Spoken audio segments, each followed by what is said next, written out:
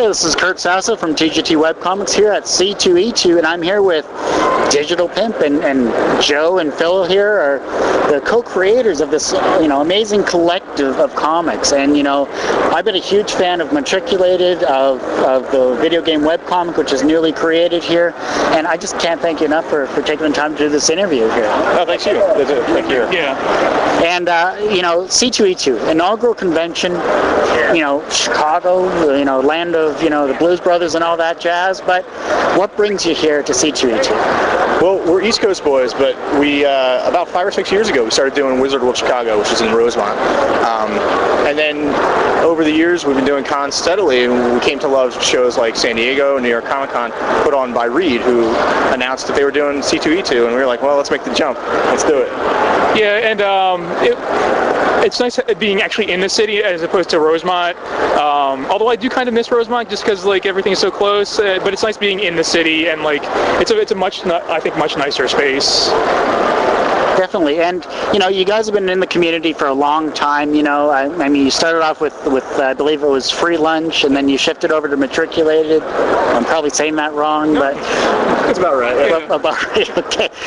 And I think the fact that Retail Rage is probably one of my favorites, just because it's happened to me. I mean, I've worked retail. I worked at EB Games for a long time, and I see that type of aspect, and I thank you for bringing it to life. So, well, we should thank Kevin Gleason. Kevin Gleason is the guy who writes and draws Retail Rage, and he's actually Midwest local. He's from Wisconsin. Yeah, he's from Wisconsin, Racing, Wisconsin.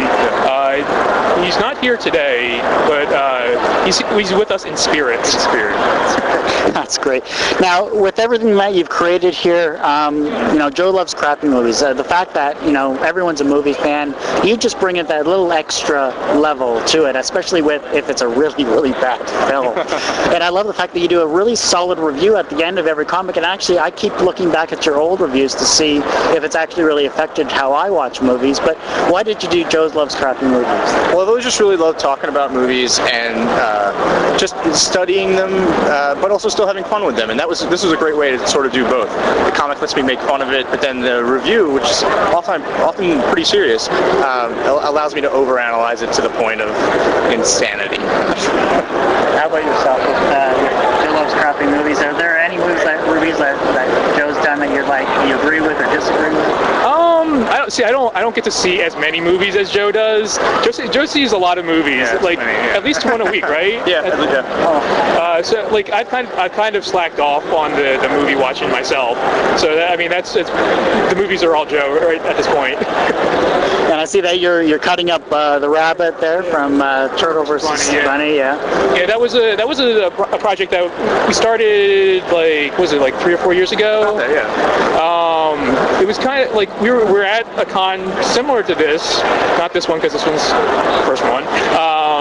But we were just kind of playing around with an idea. Joe had drawn the bunny, which is on the T-shirt, and we kind of brainstormed an idea for Turtle vs. Bunny and how it was going to be an interactive webcomic. So.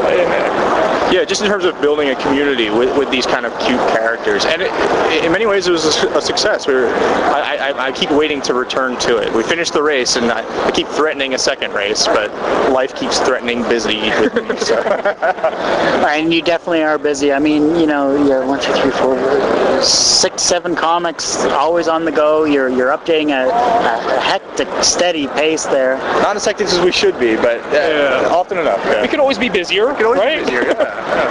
But if you become too busy, then then you start losing the fact that you have really great comics you're drawing too. That's true. So with C2E2 inaugural convention, what are you going to take out of this convention? Well, I don't know. Just as a first-time experience, in a part, we're analyzing the show to see if it's a good show worth doing next year. If the crowds are worth continuing to return for. But we're also comic fans, and we're hoping to take that in as well. Yeah, I'm actually looking forward to walking the show floor a little bit, seeing what's out there. And I'm amazed that there's a webcomics pavilion. I think this is pretty much the only show that has a webcomics pavilion. Is it? Maybe San Diego has one, but not as large as this. Yeah, but it's really nice. It's nice that that C2E2 recognizes this as something separate but equal of the like the comics industry as a whole. It's a growing community, and it's nice to see them acknowledging that. Yeah.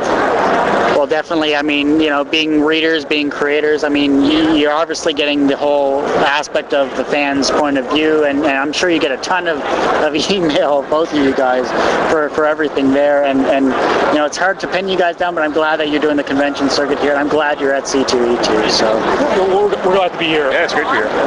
All right, let's do the website here. And we'll do some merch shots and go from there. Yeah, what's the website? It's digitalpimponline.com. And I have to ask this: which one is your favorites to do? Comic-wise? Comic-wise. Whichever one I'm drawing that day. All right, fair enough. I just want to thank you very much, Joe and Phil, for taking the time to do this interview, and good luck in the weekend here. It's going to be a blast. You're great. Thanks. All right.